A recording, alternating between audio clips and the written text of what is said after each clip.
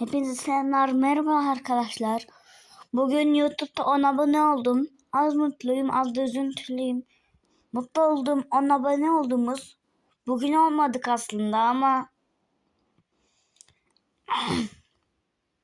güzel oldu. Üzüntümde Dünya Kupası'ndan Türkiye elendi.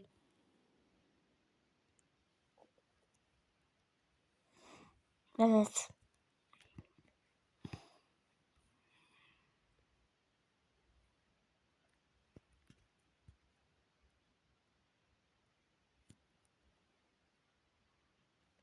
Şöyle yaptım.